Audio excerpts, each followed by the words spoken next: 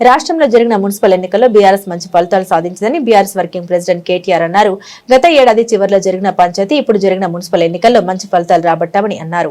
పంచాయతీ ఎన్నికల్లో 4000కు పైగా స్థానాలు గెలుచుకున్నామని, ఇప్పుడు 2500 మున్సిపల్ వార్డుల్లో 750 వరకు గెలుచుకుంటున్నామని అన్నారు.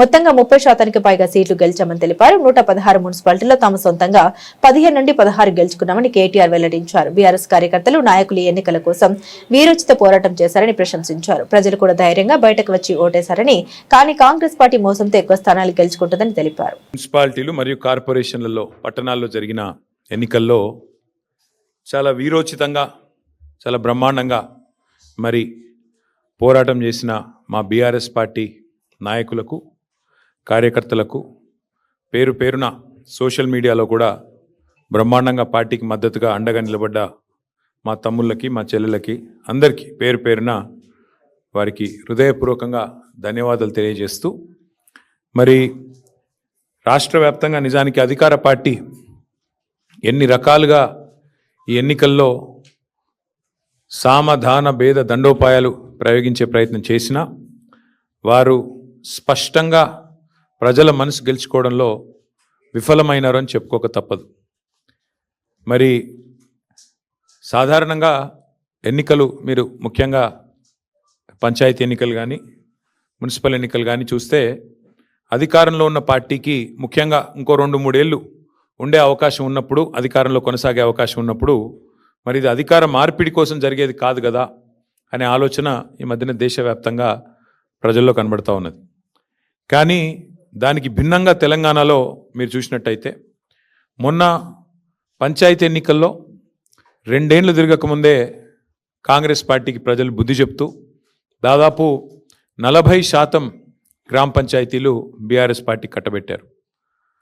పోనీ ముఖ్యమంత్రి గారి లెక్క ప్రకారం తీసుకున్నా, ఆయన బయటికి వచ్చి కూర్చొని ప్రెస్ల మీద చెప్పిన లెక్క ప్రకారం చూసుకున్నా, ఆయన సహజంగానే మా తక్కువ చేసి చెప్తాడు కాబట్టి 32% అక్కడ ముఖ్యమంత్రి గారి లెక్క ప్రకారం కూడా మాకు సర్పంచుల్లో ప్రజలు గెలిపించారు. 4000 పైచిలకు గ్రామాల్లో మా సర్పంచులు గెలిచారు. అట్లాగే ఈరోజు మున్సిపల్ ఫలితాలు చూస్తే కూడా డెఫినెట్గా గతంలో ఎవరెవరైతే ఏదేదో మాట్లాడినారో వారందరూ నోళ్ళు మూతలు పడే విధంగా ఇవాళ మరి మెరుగైన ఫలితాలే సాధించాము. ఓవరాల్గా చూసుకున్నట్టయితే నాకున్న ఇన్ఫర్మేషన్ మేరకు 2580 చిల్లర వార్డులలో పోటీ అయింది.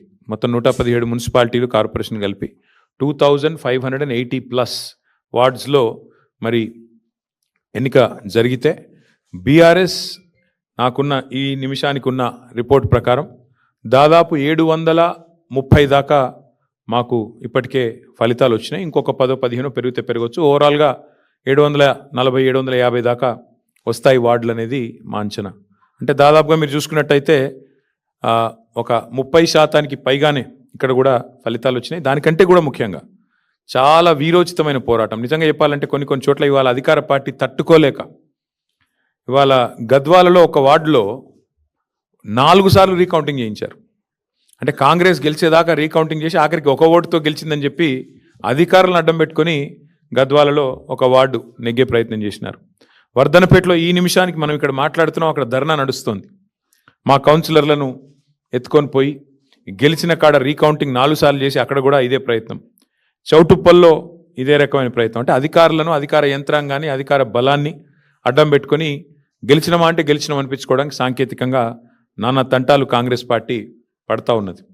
అయినప్పటికీ నాకున్న ఇన్ఫర్మేషన్ ప్రకారం మొత్తం 117 మొత్తం పట్టణాల్లో జరిగిన ఈ ఎన్నికల్లో మాకు ప్రత్యక్షంగా డైరెక్ట్గా అంటే ఎవరి అవసరం లేకుండా నేరుగా దాదాపు 15 నుంచి 16 నేరుగా గెలుస్తున్నాము. పరోక్షంగా, ఎందుకంటే అక్కడ మేము సింగిల్ లార్జెస్ట్ పార్టీగా ఉన్నాం, అక్కడ కూడా ఇంకో దాదాపు 10-15 చోట్ల అవకాశాలు ఉన్నట్టుగా నాకు సమాచారం ఉంది. చూద్దాం మరి ఇప్పుడు అల్టిమేట్గా 16 తారీఖు నాడు అన్ని విషయాలు తెలుస్తాయి.